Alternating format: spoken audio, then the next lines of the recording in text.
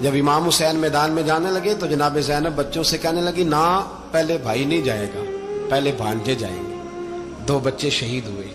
حضرت قاسم بن حسن امام حسن کے بیٹے تھے، وہ جب میدان میں جانے لگے تو امام حسین نے کہا نہیں بھائی تو نہیں جائے گا، تو میرے بھائی کی نشانی ہے، میں جاؤں گا۔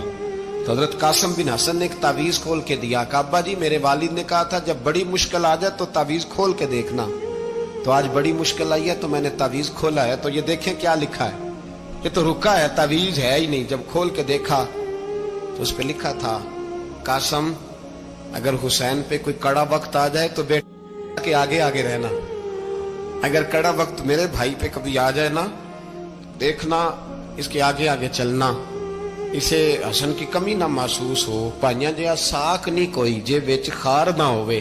سیدنا امام حسین پہلی دفعہ کربلا میں اس وقت روئے جب یہ رکا، آپ نے دیکھا تو فرمایا ٹھیک ہے اگر حسن کی یہ وصیت ہے تو میں نے زندگی میں اگر ان کی ہر بات مانی ہے اب بھی مانوں گا، تمہیں اجازت ہے۔ جناب قاسم بن حسن 16 سال کا جوان جب میدان میں نکلے تو ہائے ہائے پتہ نہیں کہاں سے آ گئی ہے۔ امام قاسم بن حسن جب میدان میں نکلے تو تبری سے لے کر علامہ ابو الاسناد صاحب سب کو پڑھ کے تو دیکھو، 3 دن کی پیاس ہے، شدید آزمائش ہے، دکھ ہے، تکلیفیں ہیں، پھر بھی پہلی دفعہ جب میدان میں گئے ہیں واپس آئے ہیں 19 لوگوں کو قتل کر کے واپس آئے۔ دلیر لوگ تھے، ان کی باتیں آج بھی پڑھ کے دلیری پیدا ہوتی ہے، دلیری پیدا ہوتی ہے، دلیری۔ سناؤ قصہ خیبر کو تمامی اپنے بچوں کو، علی کی داستان سن کے دلوں سے ڈر نکلتا ہے، علی کی داستان سن کے دلوں سے یہ جو بچے ڈر رہے ہیں نا وہ چمگادڑ آ گئی، کاکروچ آ گیا، یہ خوف نکل جائے گا اگر حضرت قاسم بن حسن کی بات سنے گی۔ درجنوں لوگ آپ نے قتل کیے۔ ایک دفعہ آئے کہا چاچا یزید کا لشکر تو بڑا ہی بزدل ہے، اگر چند قطرے پانی میرے حلق سے گزرے تو میں سارے کاٹ کے لے آؤں گا آپ کے پاس، چند قطرے۔ لیکن تھوڑی دیر گزری، عمر بن سعد کہنے لگا اکیلے اکیلے جاؤ گے تو علی کا پوتا ہے، یہ سب کو مار دے گا، کٹھے جاؤ۔ چاروں جانب سے تیر برسے، ایک تیر لگا آ کے گردن کے پیچھے، بس جناب سیدنا قاسم بن حسن گھوڑے سے نیچے گرے تو جناب زینب حوصلہ کر کے آنسو سمیٹ کے کہنے لگی میں دیکھ رہی ہوں پردے کے پیچھے سے حسین میرے بھائی کا بیٹا گر گیا ہے، جا اسے اٹھا کے لا۔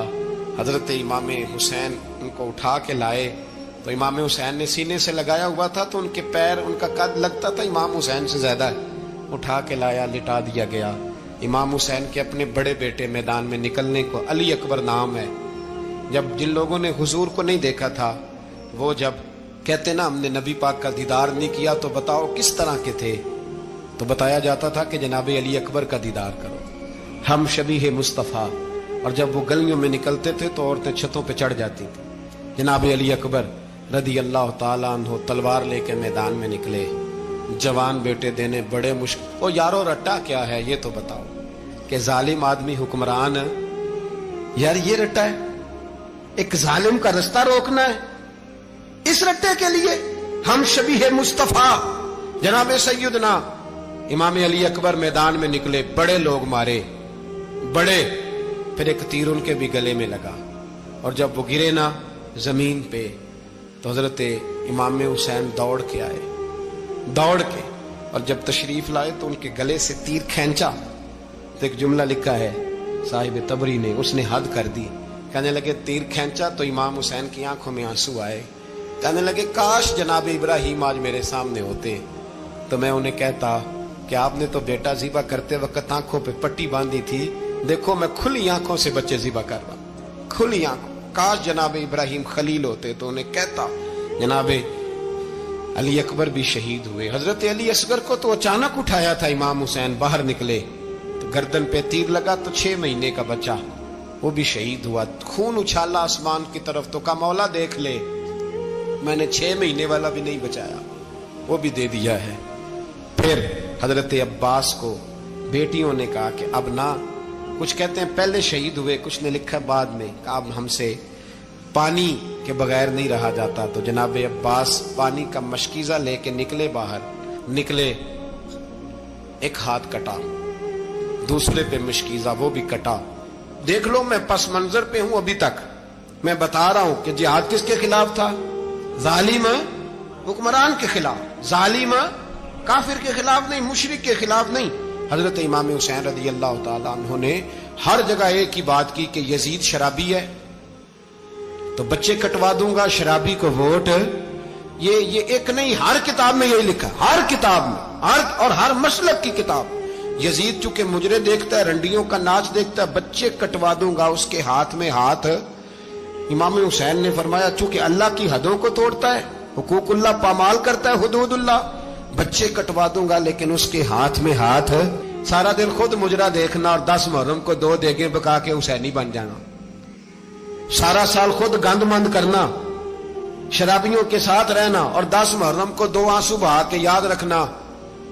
میں ہمیشہ کہتا ہوں، پھر کہہ رہا ہوں، جس کے موبائل میں گندے گانے ہیں، گند دیکھتا ہے، شرابی کبابی کا سپورٹر ہے، ووٹر ہے، یا مجرے دیکھتا ہے، آتا جاتا ہے، وہ یاد رکھے قیامت میں امام حسین کا ہاتھ ہوگا، اس کا گریبان ہوگا. ہم سے نہ رقم ہوں گے قصیدے یزید کے، ہم لوگ تو حسین کے سیرت نگار. حضرت عباس بازو کٹا، پھر پانی تو بھر لیا تھا، لا نہ سکے، پھر گردن کٹی تو شہید ہوئے. بچوں کی بھی شہادت ہوئی، پر جب ان کا لاشا اٹھایا تو امام حسین کہنے لگے مولا اب نہ حسین کی کمر کمزور ہو گئی ہے، اب کمزور ہو. اور بھائی ایک میت ہو جائے تو 4-5 دن تو پوری آنکھیں نہیں کھلتی. کیسا جری خاندان ہے. تھوڑی دیر گزری تو امام علی مقام نے پٹکا باندھا، سر پہ دستار باندھی، مولا علی کی تلوار پکڑی، نبی پاک کا امامہ باندھا اور گھوڑے پہ سوار ہوئے تو کہنے لگے زینب گھر تیرے حوالے اور میں اللہ کے حوالے، گھر تیرے حوالے اور میں. اور پھر امام حسین نکلے، امام علی مقام نکلے. راوی کہتے ہیں کہ یہ جلوہ پہلے بھی بڑے سونے تھے، پر آج جو رنگ دیکھا وہ کبھی نہیں دیکھا. کیا انداز تھا، جدھر جاتے نعرہ لگاتے تو حد ہو جاتی. اتنے لوگ امام حسین نے کاٹے، اتنے کاٹے، پھر واپس پلٹ کے آئے اور کہنے لگے زینب ذرا پردے کے پیچھے سے دیکھ تو صحیح میری بہن، ان بزدلوں کو جرت ہی نہیں ہو رہی حسین کے مقابلے میں آنے. ایک دوسرے کو دھکا دیتے، تو جا تو جا. پھر اکٹھے وار ہوئے. یہ کون ہے کٹا ہوا، لباس ہے پھٹا ہوا، یہ بال یقین حسین ہے، نبی کا نور عین ہے. پھر چاروں جانب سے تیر برسے تو امام علی مقام چونکہ نماز کا وقت ہو گیا تھا، اترے گھوڑے سے، خون بہ رہا تھا، گرم ترین ریت سے تیمم کیا، سر سجدے میں رکھا، اور جب شمر آپ کی گردن کاٹنے لگا تو کہنے لگے ٹھہر جا ذرا رب سے ایک بات کر لینے دے. اور پھر بولے امام حسین، کہنے لگے مالک تو اب بتا کہ حسین سے راضی ہے کہ ناراض ہے، تو بتا. تو پھر ایک آواز آئی، یا ایتھا النفس مطمئنہ ارجعی الی ربک راضیۃ مرضیہ. فرمایا نفس مطمئنہ واپس آ جا، تو اللہ سے راضی ہے، اللہ تجھ سے راضی. امام حسین وہاں شہید ہو گئے. اب یہ قافلہ امام حسین کا سر کاٹ، ذرا دیکھنا غور کرنا، سر کاٹ کے نیزے پہ رکھا ہے، جسم کربلا میں پڑا ہے. عورتوں کو گھوڑوں پہ بٹھا کے لے جایا گیا یزید کے دربار میں. یزید پہلے عبید اللہ ابن زیاد نے بدتمیزی کی، پھر یزید نے کی. سعودی عرب کا ایک مولوی بول رہا تھا، سعودی عرب کا، ان سے بھی بڑا عشق ہے، جس نے تقریر سننی ہو میرے پاس ہے. ہمیں لوگ مشورے دیتے ہیں کہ جو یزید کو اچھا کہے اور حسین کو باغی کہے اس کو ہم امام مان لیں. اس بے شرم بے حیا کو جو نبی پاک کے گھرانے کے بارے میں بکے اسے امام. سعودی عرب میں مسجد نبی میں درس دینے والا جس نے تقریر سننی ہو میرے پاس ہے. وہ کہتا ہے یزید تو بڑا اچھا آدمی تھا، اس نے تو بڑی خدمت کی، تو میں نے اسے کہا رشتہ داری کر لیا یزید کے ساتھ، قریب ہو جا. شرم نہیں آتی؟ آج بھی نبی پاک کا دل دکھاتے ہو، حیا نہیں آتی، خیال نہیں آتا. اور لوگ گھر میں بیٹھ کے باتیں کرتے ہیں، کہتے ہیں جی جو بیت اللہ میں ہو وہ بھی برا ہو سکتا ہے. بیت اللہ میں تو 360 بت بھی تھے، وہ اچھے تھے. مدینے میں تو 360 منافق بھی رہے، پوری سورہ منافقون نازل ہوئی، وہ اچھے تھے. عجیب تماشا بنا دیا لوگوں نے مذہب کا. کہتا ہے یزید نے تو بڑی خدمت، تو عبید اللہ ابن زیاد نے قتل کیا. بے شرمو، اگر عبید اللہ ابن زیاد نے بھی قتل کیا تھا تو حکومت کس کی تھی؟ تو پھر یزید نے عبید اللہ ابن زیاد کو سزا کیوں نہیں دی، بلکہ ایک جگہ 2 گورنریاں دی اس کو؟ یہ حال کیا. بلکہ سنو کہ یزید چھڑیاں مار رہا تھا، چھڑیاں. امام حسین کے لبوں پہ تو نعمان بن بشیر صحابی تھے، بول پڑے، کہنے لگے او یزید بدبخت، ہاتھ پیچھے اٹھا، مجھے اللہ کی عزت کی قسم میں نے سینکڑوں بار نبی پاک کو ان ہونٹوں کو چومتے دیکھا ہے۔ حضرت جناب زینب عورتوں کے مجمع میں پیچھے ہو کے بیٹھی ہیں، یزید کے پاس جب پہنچا لشکر تو یزید کہنے لگا دیکھو اللہ نے مجھے عزت دی اور میرے مخالفوں کا کیا حال ہوا، تو بی بی زینب بول پڑی، اتنے صدمے سہے پر آواز توانا ہے، جاندار ہے، جاندار، ہمارا کسی بندے سے جائیداد کا رٹا نہیں، ہم تو چاہتے ہیں امت اکٹھی ہو جائے، لیکن جو بندہ نبی پاک کی ماں کو دوزخی کہے، حضور کے باپ کو جہنمی کہے، یزید کو امیر المومنین کہے، اس کے ساتھ اتفاق رائے کر لیا جائے، یہ مذہب ہماری سمجھ میں نہیں آتا، بالکل نہیں آتا، قطعاً نہیں ہماری سمجھ میں آتا، کیسے اتحاد کر لیا جائے؟ یہاں تو میرے بھائی جو ہمارے ابا کا مخالف ہو اس سے اتحاد نہیں ہوتا، اور جو نبی پاک کے والد کو دوزخی کہے اس سے اتحاد ہو جائے۔ کہتے ہیں جی وہ جی اتنی فرقہ واریت ہو گئی، ہم کس مسجد میں جائیں؟ 60 پارٹیاں پاکستان میں رجسٹرڈ ہیں جو الیکشن لڑتی ہیں، کبھی کسی بندے کو ٹینشن نہیں ہوئی کہ کس کے پاس جائیں کس کے پاس نہ جائیں، کبھی نہیں کو بولا کہ اب وہ بھی کھڑا ہو گیا، وہ بھی، کوئی ٹینشن نہیں۔ مذہب کی باری ٹینشن ہو جاتی ہے، اتنا بڑا مذہب ہوتا ہے بھائی، غلط بندے بھی آ ہی جاتے ہیں بیچ میں، تھوڑا پہچان کے چلنا پڑتا ہے صحیح کون ہے اور غلط، اور یہی تو ہمیں امام حسین نے بتایا ہے کہ مذہب کے اندر ہی تم نے شناخت کرنی ہے کہ بندہ ٹھیک کون ہے اور بندہ غلط، یہی تو کربلا ہے، یہی تو امام حسین نے بتایا، کفر اسلام نہیں، حق اور باطل۔ تو سمجھیے گا حضرت سیدہ زینب نے جب سنا نا کہ یہ کہہ رہا ہے کہ مجھے اللہ نے عزت دی، تو جناب زینب بولی، نعمان بن بشیر کہتے ہیں بی بی بولی، اتنے صدمے ہیں پر جناب زینب بولی اللہ اکبر، اس انداز میں بولی کہ پہلے قرآن مجید کی آیت پڑھی، کہنے لگی وَتُعِزُّ مَن تَشَاءُ وَتُذِلُّ مَن تَشَاءُ بِيَدِكَ الْخَيْرُ إِنَّكَ عَلَىٰ كُلِّ شَيْءٍ قَدِيرٌ، اور پھر کہنے لگی یزید تو بکتا ہے، کہتا ہے کہ تو عزت والا ہو گیا، یہ تیری حکومت ہے، 4 دن گزرنے دے، تجھ پہ کوئی لعنت بھی نہیں برسائے گا، اور میرے بھائی کا قیامت تک ممبروں میں اور خطبوں میں ذکر ہوا کرے گا، وقت گزرنے دے۔